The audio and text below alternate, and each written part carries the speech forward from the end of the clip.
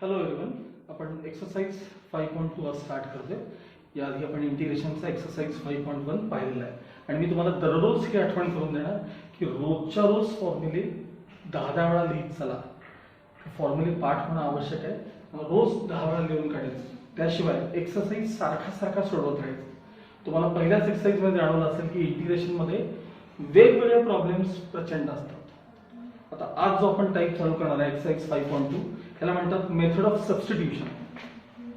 या हेडिंग खाली आपण हे प्रॉब्लेम स्टार्ट करतोय. मेथड ऑफ सबस्टिट्यूशन म्हणजे जिथं तुम्ही इंटिग्रेशनचा प्रॉब्लेम पाहिल्यानंतर तुम्हाला कोणत्याच फॉर्म मध्ये तुमच्या ज्यावेळी बसत नाही असं दिसेल त्यावेळेस तुम्हाला मेथड ऑफ सबस्टिट्यूशन वापरता येते. आणखी प्रॉब्लेम वाचल्या काही जणांना एखाद्या टर्मचा डेरिव्हेटिव्ह आसपास तिथं प्रेझेंट आहे जवळपास एवढं जरी दिसलं तरी ही मेथड ऑफ सबस्टिट्यूशन त्यांना पटकन करता येते. म्हणजे ही मेथड लिहिण्यासाठी डेरिव्हेटिव्ह देखील चांगले, म्हणजे काही फार अवघड नाही, पण साधे डेरिव्हेटिव्ह तुम्हाला येणं आवश्यक आहे. ठीक आहे, बघा तुम्हाला हळूहळू समजेल. पहिले 2-3 क्वेश्चन कोणालाच कळत नसतात, पण काळजी करायची नाही, प्रॅक्टिसने या गोष्टी तुम्हाला जमवतात. फर्स्ट क्वेश्चन बघा. I equals integral x into root of 1 plus x squared dx. आता हे तुमच्या कुठल्याही फॉर्म्युल्यामध्ये तुम्हाला असा प्रकार कधी बघायला मिळणार नाही. x into root of x square 1 plus x square ह्याचा इंटिग्रेशनला फॉर्म्युला तुम्हाला डायरेक्ट नाही आहे तुमच्याकडे. मग काय करायचं तर हे बघा, हे रूटच्या आतमध्ये जी टर्म आहे की नाही आतमध्ये त्याचा जरा डेरिव्हेटिव्ह घेऊन बघा, असं ओरली करून बघा. तर x स्क्वेअरचा डेरिव्हेटिव्ह ट्वाइस x, ते भलेही ट्वाइस थ्राइस त्या नंबर न दिसेल, आपण नुसता x दिसतोय की नाही x, मग त्याच्यावरून ओळखायचं की या टर्मला आपल्याला सबस्टिट्यूशन करायचं. सबस्टिट्यूशन म्हणजे त्याला एक अल्फाबेट अज्युम करायचं, त्याला सबस्टिट्यूशन असं म्हणतात. मग आता हे सगळं सबस्टिट्यूशन मी प्रत्येक प्रॉब्लेम मध्ये रेड पेन लिहित घेणार. बघा, put 1 plus x square equals t. Integration मध्ये सहसा t हे सबस्टिट्यूशन वापरतो. मग त्या 1 plus x square ला मी आता काय म्हणजे सांगा t म्हणजे. मग मला सांगा नुसताच हा पार्ट t मध्ये लिहिल, मग याचा आणि याचं करायचं काय? प्रॉब्लेम मध्ये एकच व्हेरिएबल असलं पाहिजे. मग याचं करायचं काय? यासाठी या टर्मचा डेरिव्हेटिव्ह घ्यायचा असतो. बघा, differentiating with respect to x वर का with respect to x. मग आता d by dx of 1 plus x square equals d by dx of t.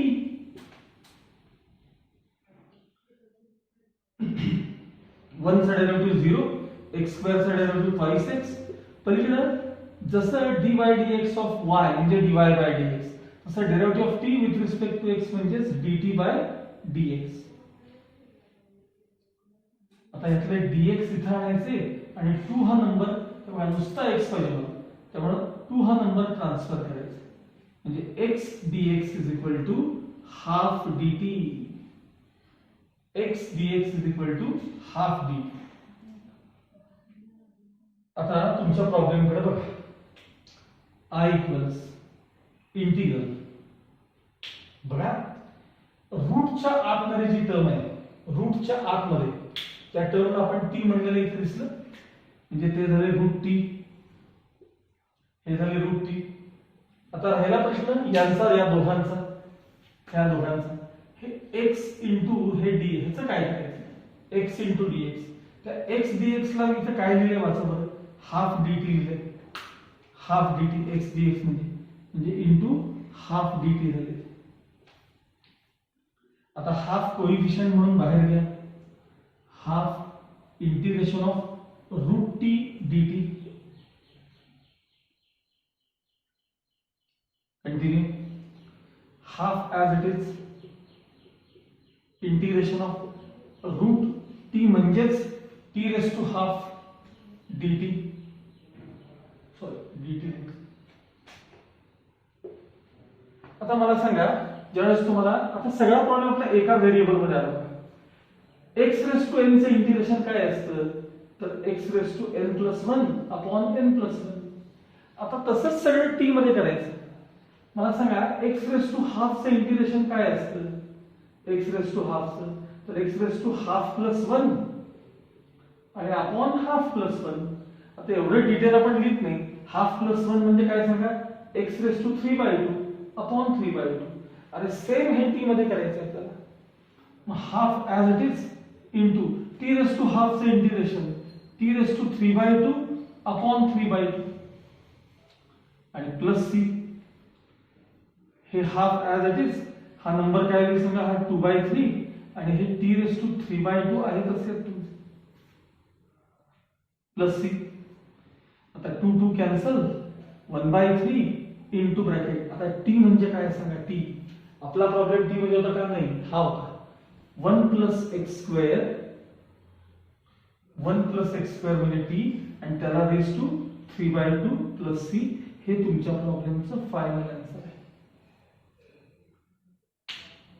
आता हेच आन्सर आहे कशावरनं बघायचं, कन्फर्म मागे बघून नाही सांगायचं हेच आन्सर आहे की. ह्याला काय करायचं, जर या टर्मचं या प्रॉब्लेमचं इंटिग्रेशन एवढं असेल तर याचा डेरिव्हेटिव्ह घेतला की तेवढा यायला पाहिजे. याचा डेरिव्हेटिव्ह घेतला की हा x root of 1 plus x square एवढा यायला पाहिजे. मग येतो का नाही आपण आता बघूया, येतो का नाही हे आपण आता इथंच लगेच बघूया. बघा हे आन्सर लिहितोय मी आता इथे. काय असेल तुमचा आन्सर, 1/3 ब्रॅकेट मध्ये 1 plus x square raise to 3/2. आता मी आता डेरिव्हेटिव्ह चाललंय बरं का, याचा डेरिव्हेटिव्ह घ्यायला. चला 1/3 कोएफिशिएंट, हा समथिंग रेस टू 3/2 चा डेरिव्हेटिव्ह, समथिंग रेस टू 3/2. 3/2 पुढे आणायचे आणि समथिंग मधनं समथिंग रेस टू त्यातनं 1 मायनस करायचं. मग 3/2 पुढे आणले, समथिंग रेस टू म्हणजे 1 plus x square raise to यातून एक कमी करायचा, 3/2 मधनं एक कमी करायचा आणि इंटू त्या समथिंगचा डेरिव्हेटिव्ह, झाकलेल्याचा डेरिव्हेटिव्ह. सांगा बरं, 1 चा 0 पण एक्स स्क्वेअरचा किती 5x. आता हे 3 कॅन्सल, हा 2 कॅन्सल. काय राहिलं सांगा, हे पहिल्यांदा x into bracket 1 plus x square raise to 3/2 मधून 1 गेले किती राहिले माहिती का, 1/2 राहिले. क्रॉस मल्टिप्लाय करून. अरे रेस टू 1/2 चा अर्थ काय झाला, ब्रॅकेट रेस टू 1/2 म्हणजे रूटच ना, 1 प्लस एक्स स्क्वेअरचं हे रूटच आहे. बघा हा तुमचा प्रॉब्लेम आहे का, बघा पुस्तकात बघा वाटलं तर नाही, इथं मी तर शेड केले कळत नाही. x into 1 plus root x हा तुमचा प्रॉब्लेम आहे. म्हणजे याचं इंटिग्रेशन जर एवढं असेल तर ह्याचा डेरिव्हेटिव्ह किती सोपा असतं बघा. डेरिव्हेटिव्ह पासून तिथं पोहोचणं किती सोपं आहे बघा. पण इथून इथपर्यंत पोहोचायला तुम्हाला किती वेळ लागला, काय काय करावं लागलं बघितलं. आणि म्हणून इंटिग्रेशन अवघड आहे. अवघड नाहीये, वेगळा प्रकार आहे हा. हे विचित्र आहे सगळं. प्रचंड व्हरायटी असल्यामुळे काही लक्षात राहत नाही. त्याला दररोज अभ्यास हा एकच पर्याय आहे. सारखं सारखं तेच सोडवणं हा एकच पर्याय. म्हणजे आता इथून पुढं तुम्हाला जेव्हापासून मी टॉपिक चालू केला तिथून पुढं तुमची एक्झाम होईपर्यंत हे सारखं रिपीट करायचं, रोज रोज रोज. उद्या दुसऱ्या दिवशी कुठलाही अकाउंटचा जरी पेपर असला तरी आदल्या दिवशी तुमचा थोडा का विना इंटिग्रेशनचा भाग बघून व्हायलाच पाहिजे. याच्याशी एकदा तुमची जर प्रॅक्टिस समजा गॅप पडली की काय वाटेल ते करा, तुम्हाला हा टॉपिक येत नाही. मी भीती नाही घालत आहे, जी फॅक्ट आहे ते सांगतो. याला दररोज प्रॅक्टिस लागते. ओके.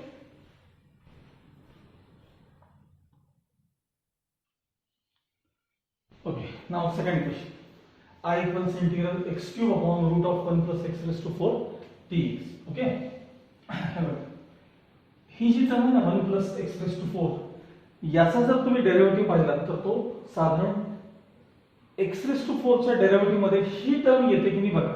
तो नंबर 4 आहे म्हणजे कोएफिशिएंट 4 आहे, त्याचा विचार नाही करायचा.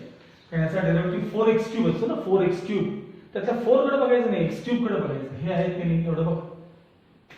मग या आतल्या टर्मला मी रूटच्या आतल्या टर्मला टी म्हणणार आहे.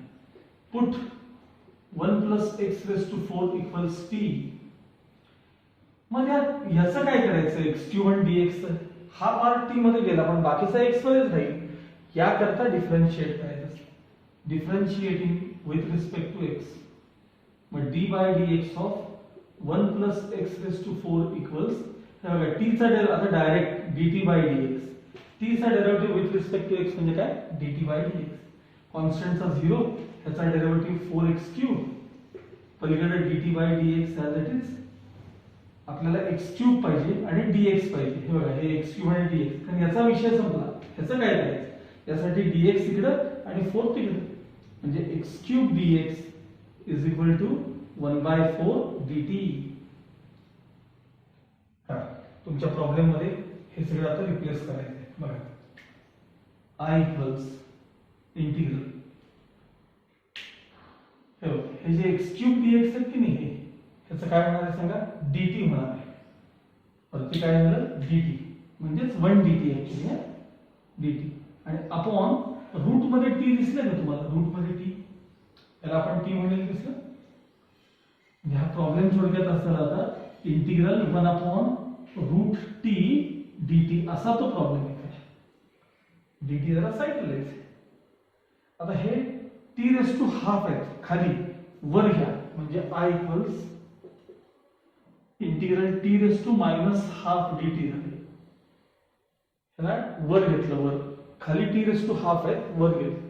इंडायसेस यायला पाहिजे. बघा सांगा, t रेस टू -हाफ चं इंटिग्रेशन वरती एक वाढवायचा, -हाफ + 1 अपॉन ते वाढवलेलं खाली आणायचं प्लस c. जरा मी डिटेल स्टेप केली, म्हणजे t रेस टू 1 आणि हाफ म्हणजे आन्सर हाफच येणार आहे, खाली पण आन्सर हाफच येणार आहे, आणि प्लस c. आता हे 2 वर जातील, twice t raise to half. आता t रेस टू हाफ म्हणजे परत आपण त्याला रूट t करून टाकूया. हे 2 वर गेलेले आहेत आणि हे जे t रेस टू हाफ आहे ते रूट t आहेत प्लस c. सांगा t म्हणजे काय होतो आपला प्रॉब्लेम, t म्हणजे इथे 2√1 + x रेस टू 4 + c, हे त्याचं फायनल आन्सर आहे. आता मी एकदा शेवटचं दाखवतो तुम्हाला, इथनं पुढे चेक करून दाखवणार नाही. हे बघा, म्हणजे तुम्हाला इथे सवय व्हायला पाहिजे सगळ्यांना. या फंक्शनचा डेरिव्हेटिव्ह घेतला की तुमचा प्रॉब्लेम तुम्हाला दिसला पाहिजे. या फंक्शनचा डेरिव्हेटिव्ह, आता हे आपला प्रॉब्लेम संपला का, हे चेक करतो आपण. फंक्शन आहे 2√1 + x रेस टू 4. सांगा 2 कोएफिशिएंट, हे आतलं जागा, derivative of root something 1/2 root something, 1/2 root something into त्या समथिंगचा डेरिव्हेटिव्ह, 1 चा डेरिव्हेटिव्ह 0 आणि x रेस टू 4 चा derivative 4x³. x raise to 4 चा डेरिव्हेटिव्ह काय आला, तर 4x³. परत बघा, derivative of root something 1/2 root something in समथिंगचा डेरिव्हेटिव्ह. माझ्याकडे काहीतरी लिहायचं राहिले काय, कळलं, सॉरी, एक मिस्टेक झाली, कारण यातला 4 बघा, हे x³ dx म्हणजे 1/4 dt होतं ना, म्हणजे इथं मला 1/4 लिहायला पाहिजे होतं ना. इथं x³ dx ला 1/4 dt लिहायला पाहिजे ना, मग ते 1/4 बाहेर आले असते कोएफिशिएंट म्हणून, आलाच काय. मग इथं देखील तो 1/4 बाहेरच आला असता, 1/4. इथं देखील तो 1/4 बाहेर कोएफिशिएंट राहिला असता, इथं देखील तो 1/4 कोएफिशिएंट म्हणून राहिला असता. आणि मग याला 2 न मल्टिप्लाय केल्यानंतर इथून आता मी परत करतो, 1/4 × 2/1. हे बघा, हे 2/1 आणि हे रूट t, हे तुमचे प्लस, मग कॅन्सल झालं असतं हाफ रूट ऑफ. सांगा t म्हणजे काय, t म्हणजे 1 + x रेस टू 4. बरं झालं चेक केला आपण तो प्रॉब्लेम, ठीक आहे, प्लस. आता आपला हे फायनल आन्सर आहे, पण हाफ आहे इथं बाहेर, किती आहे सांगा, इथं हाफ. हे बघा, हाफ अशी टर्म, ठीक. आता हाफ कोएफिशिएंट इथं लिहिला, इन रूट समथिंगचा डेरिव्हेटिव्ह 1/2 रूट समथिंग इनटू समथिंगचा डेरिव्हेटिव्ह लिहिला. आता मला सांगा, हे 4 2 to the 4 कॅन्सल झाले, मग राहिलं काय सांगा, x³ आणि अपॉन काय राहिले, √1 + x रेस टू 4. हा तुमचा प्रॉब्लेम आहे की नाही चेक करा, x³ upon √1 + x raise to 4 dx. Okay, म्हणजे याचा derivative with respect to x घेतलाय, यासाठी dx देतात साईड, ह्याचा derivative with respect to x घेतलाय, असं त्याचा अर्थ असतो. ठीक आहे, okay. Next question, third. I equals integral e raised to x plus e raised to minus x चा bracket square into e raised to x minus e raised to minus x. तर या साइन मधला एकदा फरक बघायला, या sign मधला इथंच तुम्हाला लगेच डेरिव्हेटिव्ह समजायला चालू होतं. म्हणजे खूप डेरिव्हेटिव्हची प्रॅक्टिस असेल तर कुठल्या टर्मचा डेरिव्हेटिव्ह कुठे आहे हे तुम्हाला बघायला मिळतं. मग आता या टर्मला जर मी टी म्हटलं या ब्रॅकेटला तर याचा डेरिव्हेटिव्ह इथं आहे. ऐकणे आपण चेक करूया. बघा, put e raised to x plus e raised to minus x is equal to t. या सगळ्या टर्मला आपण t म्हणू. Differentiating with respect to x d by dx of bracket मध्ये e raised to x plus e raised to minus x is equal to dt by dx. Derivative of t with respect to x म्हणजे dt by dx. सांगा derivative e raised to x e raised to x काय आहे सांगा plus derivative of e raised to something कारण आता minus x आलं ना म्हणजे वेगळं आहे काय. Derivative e raised to something e raised to समथिंग इनटू समथिंगचा म्हणजे मायनस x चा डेरिव्हेटिव्ह मायनस 1 आणि equals dt by dx as it is. त्यात काही बदल नाहीच. आता plus into minus minus e raised to x minus e raised to minus x dx इकडे आणले इज इक्वल टू काय झालं सांगा dt. बरोबर हा डेरिव्हेटिव्ह तो शेजारी एक नाही बघा त्याची आहे का. नेक्स्ट आहे आता हे सगळं आपल्या प्रॉब्लेम मध्ये i इक्वल्स ठेवा या टर्मला मी t म्हणलो आणि त्याचा स्क्वेअर आहे तर मग t स्क्वेअर झाले आणि या सगळ्या पार्टचं काय झालं सांगा या एवढ्या सगळ्या पार्ट इथं बघायचं काय झालंय dt आहे बस. आता t स्क्वेअरचं इंटिग्रेशन घेता आलं पाहिजे. i इक्वल्स t स्क्वेअरचं इंटिग्रेशन काय सांगा t raised to 3 upon 3 plus c म्हणजे हे 1/3 आणि t चा क्यूब आहे t चा क्यूब. आता t म्हणजे आपल्याला काय होतं तर e raised to x plus e raised to minus x आणि plus c as it is. हे तुमच्या प्रॉब्लेमचं फायनल आन्सर आहे. पण तुम्ही याचा डेरिव्हेटिव्ह घेतला की एवढं तुम्हाला नक्की बघायला मिळेल. आता मात्र स्वतः घेऊन बघायचं.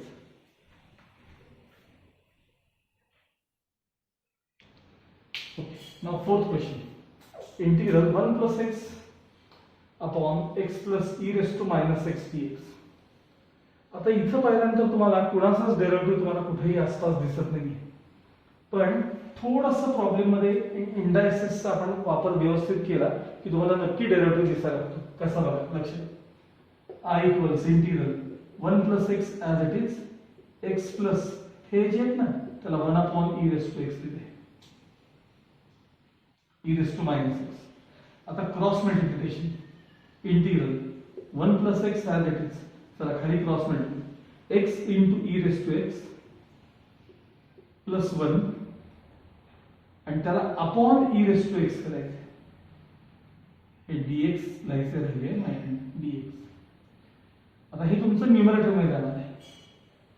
ठीक आहे हे न्यूमरेटर मध्ये कोण e raised to x bracket मध्ये हे तुमचे 1 plus x आहेत असे हे न्यूमरेटर अपॉन हे x e raised to x plus 1 आणि dx. आता तुम्हाला कळेल की या सगळ्या टर्मचा डेरिव्हेटिव्ह हा वर आहे. की नाही तो मग दाखवणारच आहे. या सगळ्या पार्टचा डेरिव्हेटिव्ह वर आहे. बघा put x e raised to x plus 1 याला t म्हणा. मग बाकीच्याचं काय करायचं या dx यासाठी डिफरन्शिएट करायचं. Differentiating with respect to x इकडे करतो d by dx of bracket मध्ये x e raised to x plus 1 is equal to dt by dx is equal to dt by dx. इथं प्रोडक्ट रूल वापरायचं आहे. First into derivative of second plus second into derivative of first. आता 1 चा derivative तर 0च आहे म्हणजे dt by dx as it is. x into e raised to x चा derivative e raised to x plus e raised to x as it is. x चा derivative 1 is equal to dt by dx. ह्यातनं e raised to x common काढा. काय काय राहिले सांगा x plus 1 किंवा 1 plus x dx इकडे आहे is equal to काय झालं सांगा dt. आता बघा e raise to x plus 1 इथे बघा इथे e raise to x plus 1 dx या सगळ्याचं काय झालं बघा dt झालं. म्हणजे आता तुमच्या प्रॉब्लेम मध्ये i इक्वल्स इंटिग्रल हा सांगा याचं काय झालं एवढ्या पार्टचं काय झालं बघा एवढ्या सगळ्या पार्ट ह्याचं झालं dt ते इथे कळतं इथे अपॉन याला काय म्हणले आपण ह्याला इथे काय म्हणले t म्हणले. म्हणजे थोडक्यात तुमचा प्रॉब्लेम आहे इंटिग्रल 1/t 1/t dt जरा बाजूला लिहायचं. आता 1/x चं इंटिग्रेशन काय 1/x log of mod of x तसं 1/t चं इंटिग्रेशन काय log of mod of t. नुसतं log t म्हटलं तरी चालतं बरं का log t plus c. आणि आता t रिप्लेस करायचं t म्हणजे काय होतं तर इथं बघायचं काय आपल्याकडे फायनल आन्सर आहे log of ब्रॅकेट मध्ये t च्या जागी x e raised to x plus 1 plus c हे आमचं फायनल आन्सर असणार आहे.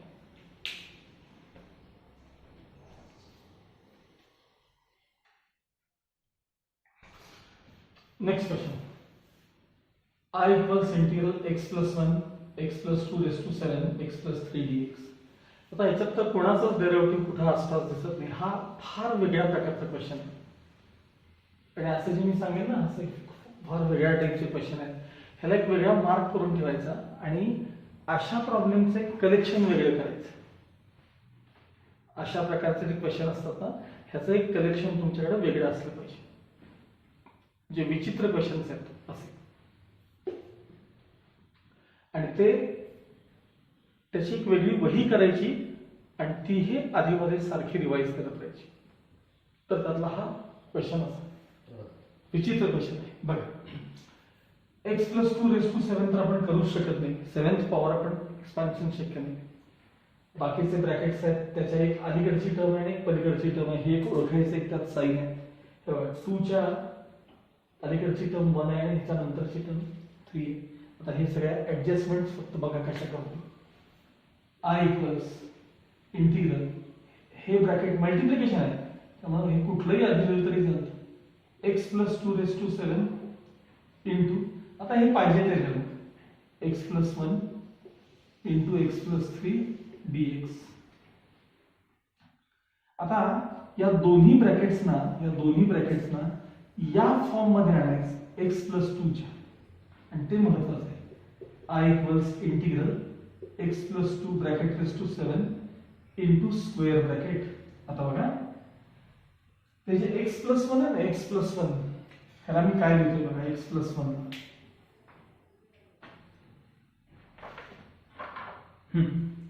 तर त्या x प्लस 1 ला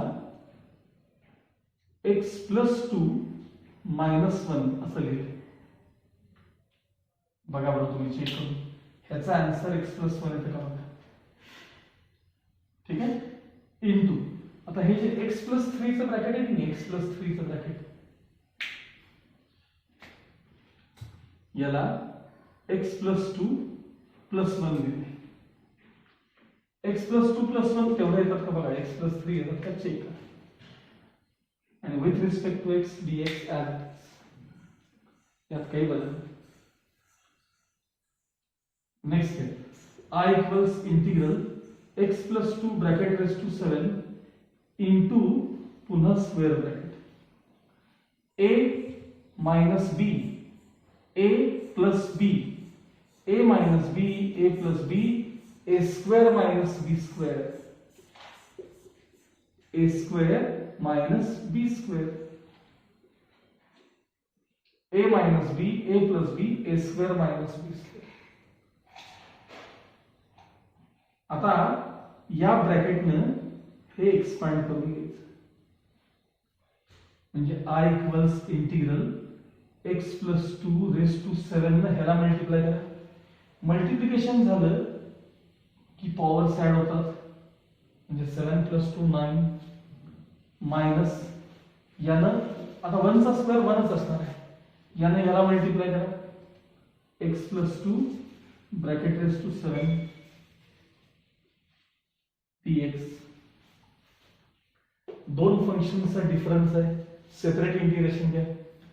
I equals integral x plus 2 raise to 9 dx minus integral x plus 2 raise to 7 dx.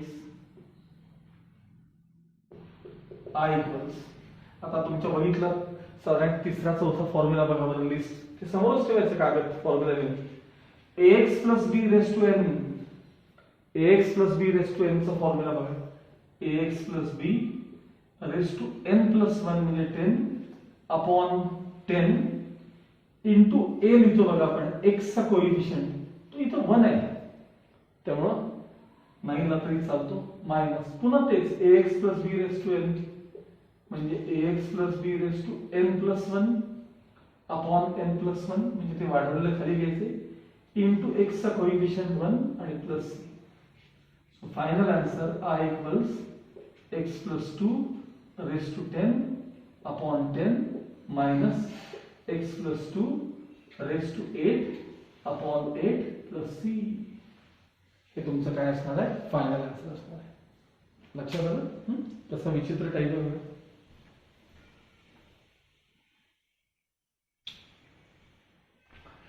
आता साधारण ह्याच्यामध्ये 5 पर्यंतचे आपण क्वेश्चन्स पाहिलेले आहेत.